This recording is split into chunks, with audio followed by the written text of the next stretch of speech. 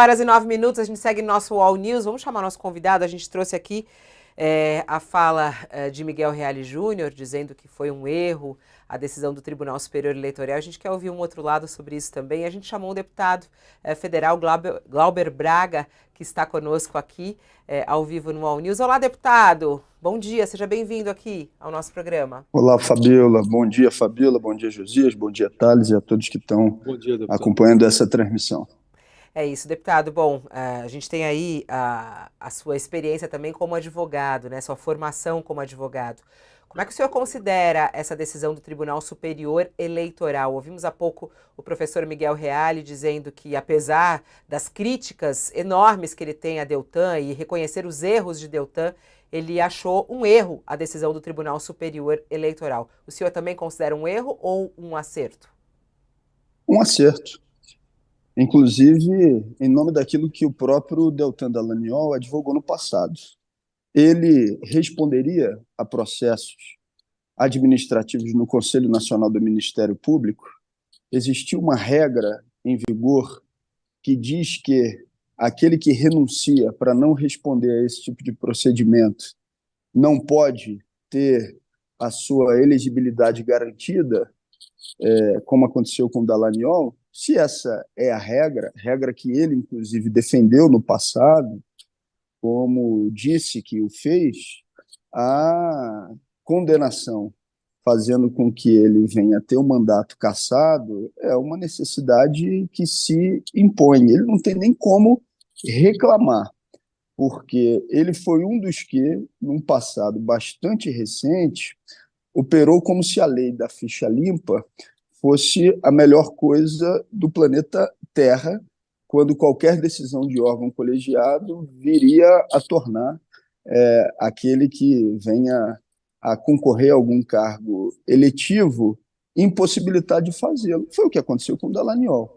Há alguma dúvida de que o Dallagnol se afastou do cargo de procurador e buscou uma legitimidade nas urnas para fugir da responsabilização como procurador da Lava Jato? Nenhuma dúvida, né? Abundam depoimentos e provas de que essa foi a movimentação política que ele fez. Então, a decisão do TSE é correta.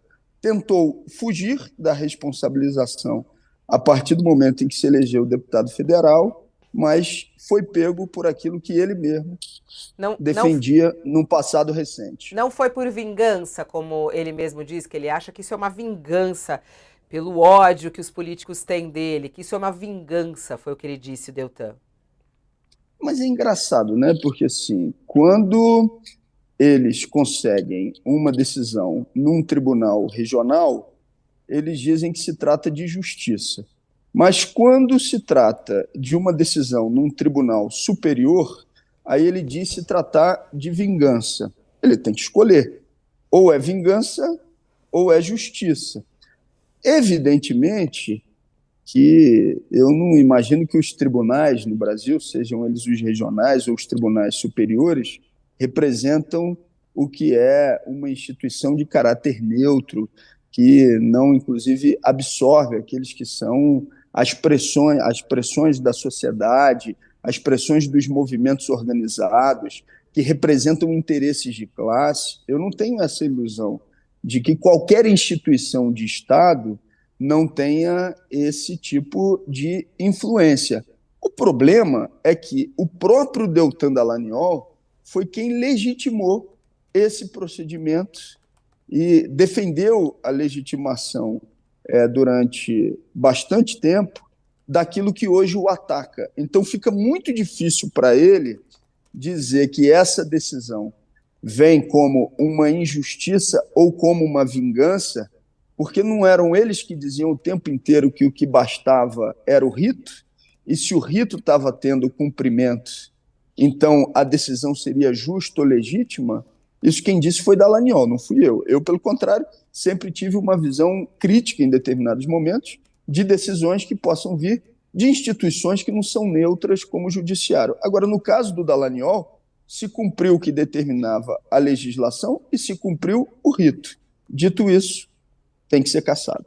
Agora, na mesma linha dessa decisão do TSE, deputado, a sua perspectiva é de que o Moro também deve ser cassado? Há lá um processo correndo contra ele no TRE, né, em que se acusa de caixa 2, acho de abuso do poder econômico. Sua perspectiva é de que o Moro também seja cassado? Veja, Josias, o Moro tem um bocado de processo contra ele, tem inclusive lá no Tribunal Regional também, coisa ainda tramitando. Mas olha a ironia. O candidato que ele defendeu no segundo turno, que foi Jair Bolsonaro, foi o próprio partido dele que entrou com essa ação, Verdade. fazendo a denúncia contra Sérgio Moro, que agora ele vai ter que responder. E existe, evidentemente, o interesse da coligação de Bolsonaro num processo de cassação de Moro, porque aquele que foi o segundo colocado nas eleições era um aliado de Bolsonaro que perdeu por pouco. O Moro fez uma, uma ação dúbia no período da campanha eleitoral, dizendo se tratar de alguém independente, mas quando sentiu que no Paraná Bolsonaro tinha vantagens nas pesquisas, fez o jogo de Bolsonaro e fez o discurso prioritário de uma ação udenista antipetista. E aí, agora, vem o resultado de uma ação do próprio PL contra o senhor Sérgio Moro. E, evidentemente, espero que ele tenha direito à defesa, ao contraditório, a tudo aquilo que processualmente ele não garantiu quando foi juiz da Operação Lava Jato, mas as inconsistências na prestação de contas de campanha do senhor Sérgio Moro com a eventualidade da ocorrência de fraude são bastante evidentes. Tanto é que teve parecer, inclusive, no primeiro momento, que pedia o não reconhecimento e a não diplomação do próprio Sérgio Moro. Respondendo objetivamente a sua pergunta, li inclusive a sua coluna no dia de hoje, de manhã cedo, eu acho que tem corda aí que vai sobrar também para o senhor Sérgio Moro e devidamente. É a coluna Deputado, do Josias. Até abre aqui, vamos mostrar. Vai. Ao caçar Deltan, TSE exibe a corda a Sérgio Moro. O deputado está falando dessa coluna aqui, que é um pouco do que o Josias falou para a gente no começo do programa também. Thales tem perguntas ao deputado, Thales? deputado, uma hora a esquerda criticou a justiça, criticou o Supremo pelos ataques ao Lula. De outra hora, agora, a, a esquerda defende a justiça, defende o Supremo na questão da condenação do Dallagnol. Não há não caímos numa confusão jurídico-política, e eu queria saber do senhor em que medida essa confusão não é provocada pelo próprio Supremo, pelos próprios ministros do Supremo, que uma hora condenam, outra hora absolvem o mesmo caso, e pelos políticos em geral, ou até a Então, imprensa. eu acho que a tua boa provocação ela encontraria mais eco na minha própria conduta se eu não tivesse feito o óbice de início de que instituições como o Supremo ou qualquer tribunais, elas não são instituições neutras, né? Os poderes que são lá exercidos e os julgamentos que são feitos respondem a um caráter de classe, a pressões sociais. Aquilo que, evidentemente, se incorpora como elemento no julgamento para além das provas nos autos. Então, eu não tenho a ilusão de que qualquer instituição da República ela tenha um caráter neutro. Agora, a esquerda, e no nosso caso, na minha avaliação, não está inconsistente na denúncia e no enquadramento que faz, porque ela indica a própria hipocrisia exercida por figuras como Dallagnol e Moro, que utilizaram desse procedimento de justificar toda e qualquer ação do Poder Judiciário como legítima se tivesse o cumprimento do rito. E aí a pergunta que eu faço, no caso do Dallagnol agora, teve o cumprimento do rito? Teve o cumprimento do rito.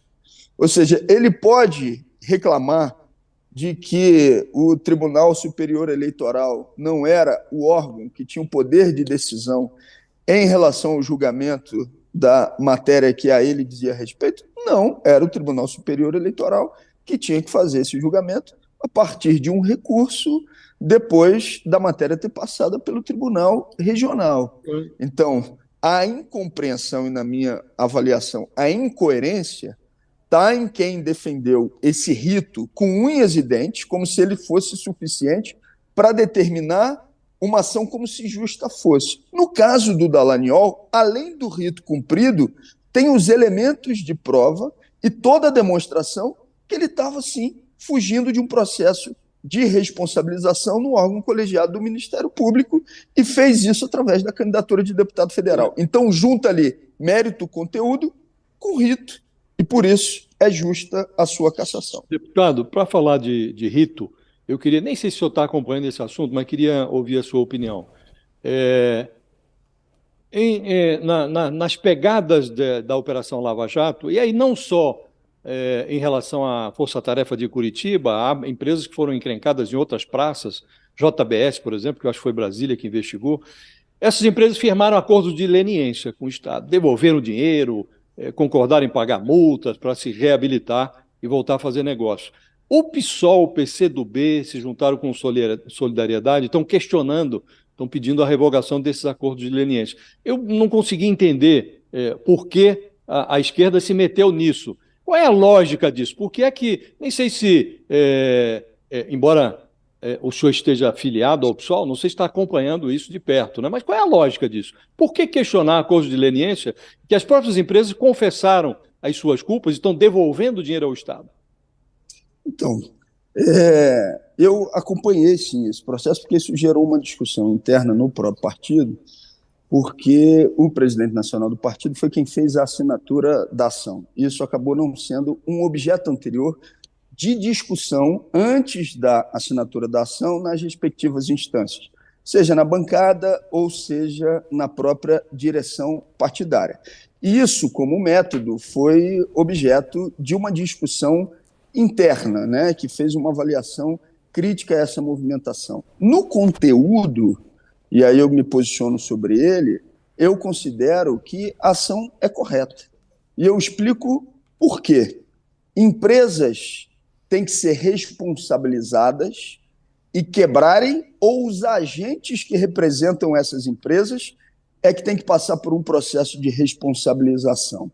E aí eu digo mais, não há coincidência no fato de que, a partir dos anos 2000, você tenha tido uma diminuição no mercado internacional de 10% das operações de serviço de engenharia de empresas dos Estados Unidos e que no Brasil tenha passado de 1,5% para 3%, tenha dobrado o número de operações de serviço de engenharia. Esse é um mercado em disputa do ponto de vista internacional. E aí, esse argumento é válido, muito bem. Agora, os empresários confessaram a corrupção lá. Seria muito razoável que agora... Então, todos ricos, né? Continuaram ricos. E seria razoável que nós tivéssemos agora um debate, inclusive no Legislativo, para como aperfeiçoar essa legislação para que isso não volte a ocorrer, né? Que você tem uma empresa que é acusada de corrupção, você salva a empresa, preserva a empresa e pune os executivos que produziram a corrupção, né? Mas, em vez de discutir a legislação, nós estamos discutindo algo que passou, quer dizer, foi confessado. Nós vamos esquecer que houve o problema Josias, e vamos causar prejuízo ao Estado que está recebendo o dinheiro de volta? Josias, se você me perguntar qual é, na minha avaliação, a decisão que deveria ter sido tomada em relação a essas empresas, inclusive, era o processo de estatização dessas empresas, para que elas, inclusive, tivessem um caráter público e que essa responsabilização incidisse diretamente sobre o patrimônio dos agentes dos sujeitos. Porque aí você não faria como aconteceu no estado do Rio de Janeiro, que quebra a indústria naval, bota milhares de pessoas numa situação de pobreza extrema, gera milhões de pessoas desempregadas e, ao mesmo tempo, você tem, por parte daqueles que são os representantes, muitas vezes ricos, e na maior parte das vezes milionários, dessas próprias empresas, levando uma vida muito confortável. Não. Qual é a minha defesa enfática? A minha defesa é responsabilizem-se os agentes, mas não se quebrem as empresas. Se fosse possível, numa correlação de forças brasileiras, isso é o que eu defendo, um processo, inclusive, de incorporação do patrimônio dessas próprias empresas privadas ao Estado, essa é minha defesa primeira. Agora, o que não dá é você quebra um setor, amplia a presença de empresas internacionais no mercado brasileiro de maneira proposital, e você faz com que milhões de brasileiros venham a perder os seus empregos, que é o caso do que aconteceu também na Petrobras. Aqueles diretores e aqueles que foram flagrados em situações de corrupção, que sejam devidamente responsabilizados por aquilo que fizeram e que paguem, inclusive, com o seu patrimônio. Agora, eu não posso ser a favor que, num estado como o meu, do Rio de Janeiro, haja uma quebradeira da Petrobras e que milhões de pessoas sejam diretamente atingidas por isso. E que você garanta, como se justificativa fosse, como fez Moro e como fez Dallagnol, que a partir de então a solução seria entregar 30% do mercado brasileiro para importadores de combustíveis como a Shell, por exemplo. Ou seja, eu acho que a gente tem que calibrar essa história, responsabilizar os agentes, mas não responsabilizar milhões de brasileiros e brasileiras com a quebra de setores importantes da economia. Falando em economia, queria falar sobre o novo arcabouço fiscal. A Câmara deve votar hoje a urgência do arcabouço fiscal, né, a nova regra fiscal. E a gente tem aí informações de que tem alguns parlamentares mais à esquerda que apoiam o Lula e que devem votar contra, né, justamente por causa dos gatilhos que eles estão chamando. Como é que o senhor vai votar esse novo arcabouço? O senhor vai votar contra ou a favor? E tem críticas em relação a ele, não? Vou votar contra, Fabiola. Se trata de um novo pacote de austeridade. Pacote esse que, se já era ruim, está sendo muito piorado pelas modificações feitas pelo Centrão.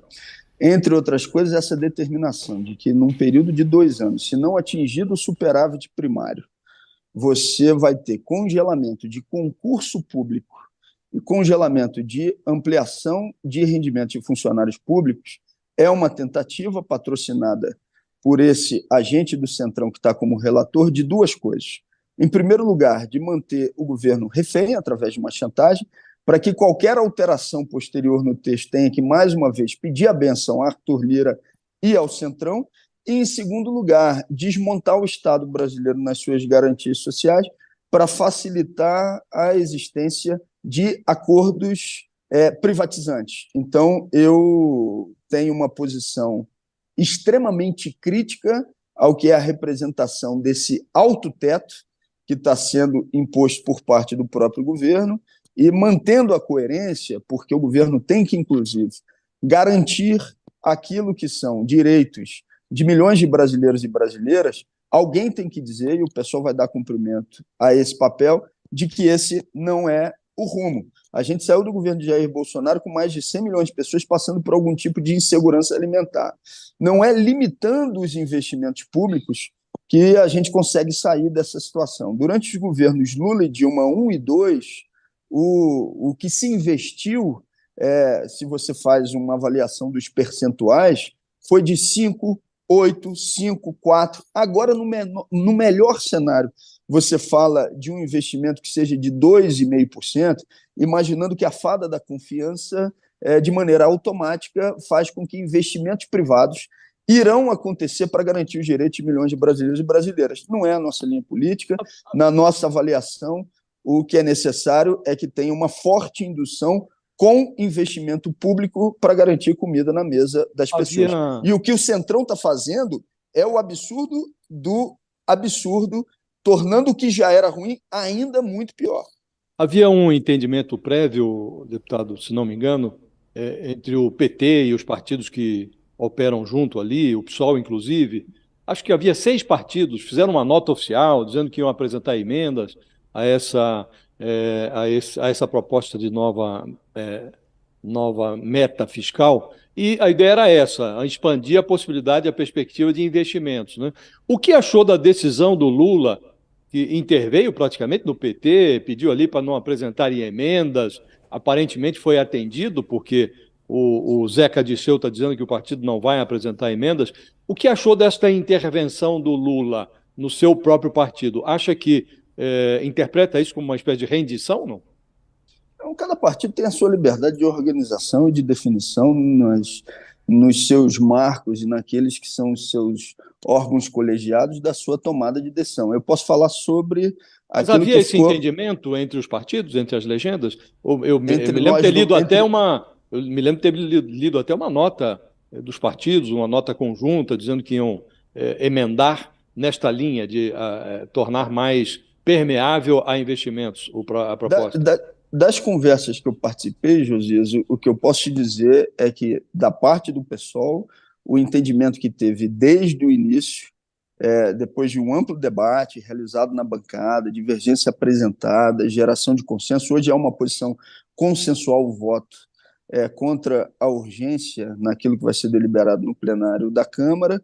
Para além disso, apresentar destaques, e depois que o texto vier à votação, a gente no PSOL só tem direito a um destaque, mas nós vamos apresentar um destaque supressivo. A dificuldade na apresentação de emendas é que a gente precisa de um número de assinaturas que dificilmente nós do PSOL conseguiremos. Hoje dão que 150 assinaturas? Exatamente, um pouco mais de 150 assinaturas. Então é difícil a gente conseguir. Mas tudo que tiver ao nosso alcance para dar modificação a essa proposta, que na nossa avaliação não tinha que estar sendo nem remetida nesses termos, nós vamos fazer, nós vamos apresentar destaque. Por exemplo, a inclusão do Fundeb no cálculo feito pelo relator. Isso é o absurdo do absurdo. Esse é um dos temas que podem ser objeto de um destaque supressivo por parte da bancada do PSOL. Nós faremos isso. Agora, se teve um acordo prévio entre os partidos de apresentação de emendas e destaques, de conversas que eu tenho participado, eu não posso te afirmar isso. Sua participação ao vivo aqui, vamos acompanhar esses bastidores aí desse arcabouço fiscal. Muito obrigada e até uma próxima oportunidade. Obrigado, um grande abraço. Até breve. Tchau, Thales. Tchau, Josias. Obrigada para vocês também. Até. Tchau. Até.